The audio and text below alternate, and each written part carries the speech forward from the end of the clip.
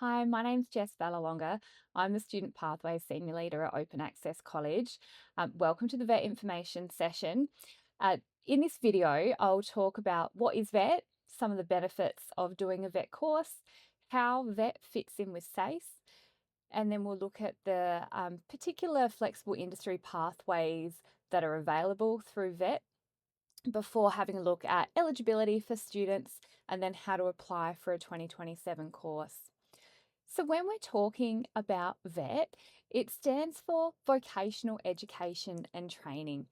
So VET courses are education and training that are aimed at providing students with the skills, the knowledge, and the experiences to be successful in their chosen careers.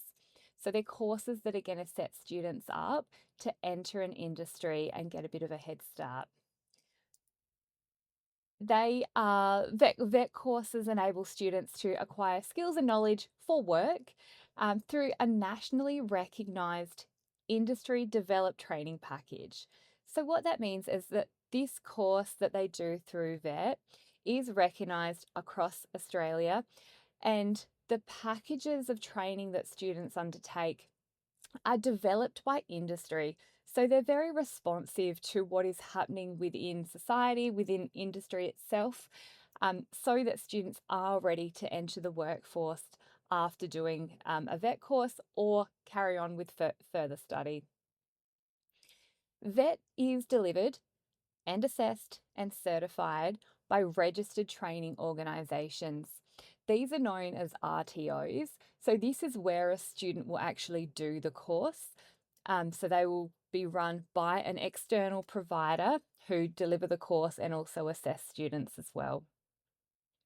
In VET courses, it's really about students getting lots of hands-on experience. And this sort of not only gives future employers lots of confidence in the abilities that they bring with them, it also makes them super employable. You know, they already have exposure and have particular skills that they need for the workforce in these specific industries. And students can start with a VET course while they're at school, and you know, they can move on to directly into the industry and into the workforce, or they can use that training that they've had and build on that through other VET courses in the future or through university study as well. Okay, and that's, you know, dependent on a student pathway. And most courses will require students to attend 1 day per week. Most of these courses are face-to-face. There are a couple of online courses available, so you just need to reach out for some of that specific information. And some courses also have work placements that are compulsory as part of their requirements as well. So what you can see on the screen is a range of different benefits for students undertaking a VET course. We sort of spoke about getting a bit of a head start. So either a head start in a chosen pathway before leaving school to enter that industry, or a head start in terms of training and qualifications as well that might be able to be built on through further study. Students also can develop practical work-related skills, and we spoke about that benefit for employers and making students really employable in their next steps. Students can also gain an understanding of real life work environments. So the qualifications that students do really mimic what happens in industry. So it's all about getting students ready for that particular industry. They obtain specific knowledge and experiences in a really safe sort of environment before making that commitment to work within that industry or to go on for a sort of a bigger commitment of qualification after. VET graduates, really importantly, earn wages comparable to, if not exceeding, that of university graduates. And there's also a higher employment rate for VET graduates compared with our university undergraduates as well. And we spoke about the courses being industry endorsed. And so through that, vet courses do adapt more readily for changing workforce needs and do make students really ready in terms of accessing a particular industry and those requirements. Now, vet courses that students undertake do attract SACE credits. So undertaking a vet course does mean putting that into their SACE plan. Students can gain up to 150 of the required 200 SACE credits from vet to complete their SACE. Okay, different courses attract different amounts of SACE credits, and this is what students will talk with their enrolling counsellor about when they're selecting subjects. Vet courses can also count towards ATAR calculation, so students are able to use one Certificate 3 qualification towards their ATAR. And you can see on the screen there's a link there to the SACE Vet Recognition Register, and this is where you have access to see how many credits students can get for different vet courses, and you can also see whether they are stage 1 or stage 2 credits. And we're obviously here to support with that conversation as well.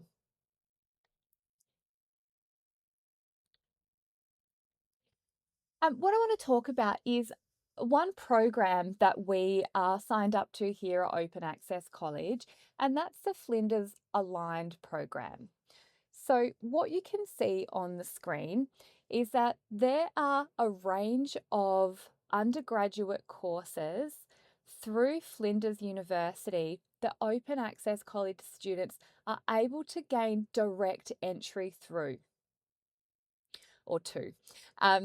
So doing a vet course, okay, there are specific vet courses that students are able to undertake, combine that with particular combinations of stage 2 subjects, and get direct entry into the courses that you can see on the screen.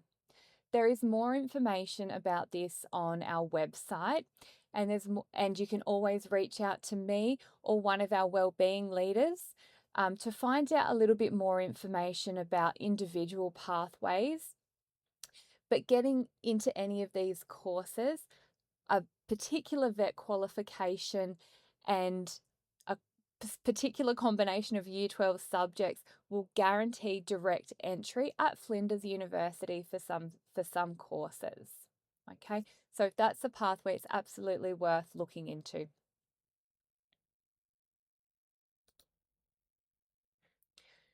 What you can see now is these are the flexible industry pathway courses that students have access to via school. Okay, there are a range of different industries available. Okay, these are the ones that are supported through school. Okay, that students generally attend that 1 day per week. There are a range of different RTOs who provide these courses. Okay, so once a student understands what the course is about, then it's looking at, well, where are these offered? Who are these offered through? And that's where I can support. These courses are the ones that are available. There are more that you'll see in the course information booklet that's on our website, but the other courses that are listed are ones that are available through school-based traineeships and apprenticeships. So I'm just talking here about those courses that are the standalone qualification that students will generally do over like 1 to 2 years, depending on the course, and generally that 1 day per week. Okay, so the first step is really to start thinking about, if there's a course of interest in this list and finding out a little bit more about it. So the Student Pathways website is the first place to go to explore what's available in terms of vet pathways. So under students, there's a link that takes to vet pathways, and this will take students to different industries, have a look through the pathways. There's some videos on there. This gives some good information about what these courses are about and what these industries are about. Okay, so the first step is to actually explore this and make sure it's something that students are interested in terms of their pathway. Then students need to make sure that they are eligible. So students need to be living or working in South Australia and need to be either an Australian citizen, a permanent Australian resident, or an eligible visa holder. And you can find out some more information about eligible visa holders by getting in touch with me. To undertake a course, students need to be enrolled in year 11, 12, or 13 and need to be 16 or turning 16 in the year that they start that VET course. They also need to be on a SACE completion pathway, so they're combining the VET course with the other requirements of SACE and any subjects that they may need to do to complete that SACE. Students also need a unique student identifier or a USI, and there's a website that they can go to either to find it if they're not sure what it is or to create a new one. And this needs to be done prior to applying for a course. It's also important to note that flexible industry programs, the FIPS, those courses that were up on the screen before, are subsidised by the government. So these are courses that the government sees that there is a need to train young people to enter this workforce because there are jobs available. Now, these courses, students can access this funding subsidy for one Certificate 2 course and one Certificate 3 course over their schooling. So once you've checked that students are eligible, the next process is that students undertake what's called VETRO, VET Readiness Orientation, and this is conducted by the RTO. The first step is the students supplying evidence that they have a genuine interest or exposure to the industry. So in their initial application, in their initial expression of interest that they do, they need to supply this evidence. Now, there's 3 different categories of evidence that students can supply. They may have relevant industry exposure. So maybe students have part-time job, casual work that they've done within that industry. Perhaps they've done some volunteering or some work experience, either on-site or virtual work experience. Or they may have already done some accredited training. So they might have done a VET taster course, maybe a short course, or a certificate course. So they might have done a certificate 1 or 2 already. Or they may have some relevant SACE curriculum work that explores this industry as part of what they've done at school. So that career exploration may have been done through EIF, Exploring Identities and Futures, or AIF, Activating Identities and Futures, maybe through workplace practices. If that's the case, students can, show the work that they've done as their evidence. Or students also have access to a range of industry immersion activities. So they may have a certificate from a VET Taster Day or an industry immersion activity that they've attended. And I'll talk a little bit more about that in a second. So once students have their evidence, okay, they also then get assessed on their language, literacy, numeracy, and digital skills. So they need to sit an assessment to make sure that they have the skills required to be successful at the VET course. And the RTO is also assessing students' awareness and knowledge of the industry, really making sure that students are making the right decision by undertaking a VET course. Just a little bit more on VETRO evidence. There's probably a couple of ways that students have access to this evidence if they're not already working, or they haven't done work experience already, or they haven't explored an industry within their schoolwork at all. So work experience is absolutely a great way that students can do that. They can do that in person or virtually. And there is information on our website, which is on the screen at the moment, about how to go about organising in-person work experience. There's also some virtual work experiences available as well through the Student Pathways website that I had up on the screen before. They have access, students have access to the My Career portal, and through that there are a range of virtual work experiences on there as well. The other one is industry immersions and taster days. There are industry immersion days, there's open days, there's vet tasters, and these are a really good way for students to find out more, not just about the course expectations, but also about different providers as well, the different RTOs that run these. These are all advertised through the DayMap student bulletin. So I'd encourage the students to be checking that regularly, and let me know if you need any more information on those. But they're two good ways to get that evidence. So just to kind of go over it all, how to apply for a 2027 course, first step is to research. So use that Student Pathways website to find out more about the actual course and what's out there. Then get the evidence together. Okay. Next term, start of the term, students should be completing the VET expression of interest, which is on the OAC website. So the link is on the screen there.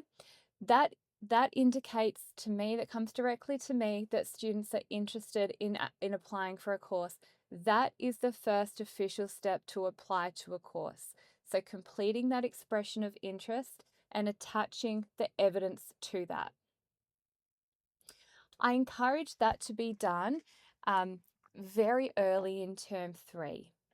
Okay, different RTOs have different application times when they open. As a bit of a guide, TAFE SA open in week 5 of term 3.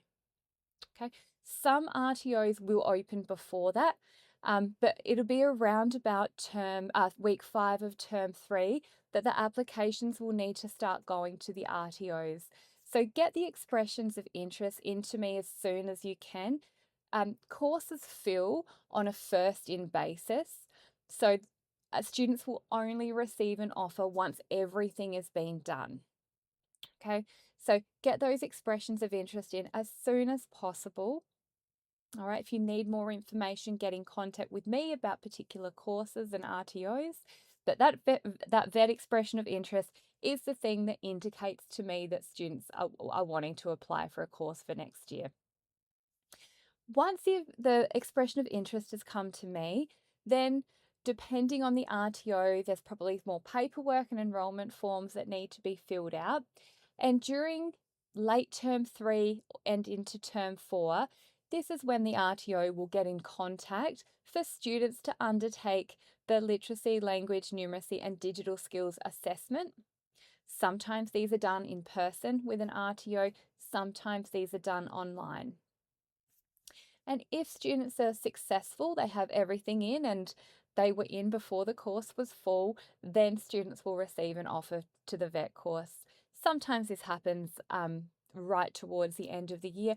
Sometimes this can even go into the start of 2027. But courses do fill up, so it is really important to put that expression of interest form in as soon as it can. And if you have any questions, please flick me an email, get in contact, let me know what you're thinking about, and I can offer some more information about particular courses and where they're actually offered. Thank you.